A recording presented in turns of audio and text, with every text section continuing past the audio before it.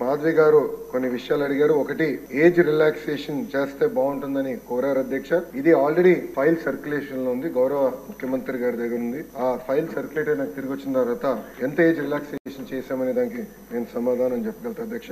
అదే విధంగా అధ్యక్ష, పల్లా శ్రీనివాస్ గారు కూడా ఎప్పటికలా ఈ డిఎస్సి ప్రక్రియ పూర్తి చేస్తానని కోరారు. కొన్ని విషయాలు లీగల్ వెళ్ళాము. నేను అనుకుంటాం నెక్స్ట్ అకాడమిక్ ఇయర్ ప్రారంభమైన ఒక నెల అటు ఇటుగా డిఎస్సి పూర్తి చేయాలనే లక్ష్యంగా మేమందరం పనిచేస్తున్నాం అధ్యక్ష.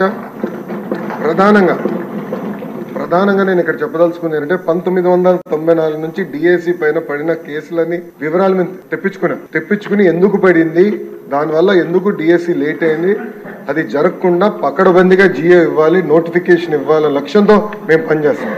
ఎందుకంటే లక్ష కళలతో మన ప్రభుత్వం పైన నిరుద్యోగ యువకులు ఆశలు పెట్టుకున్నారు. ఆశలు వృధా చేయకూడదు. చిత్తశుద్ధితో డిఎస్సి నిర్వహించి ఉపాధ్యాయ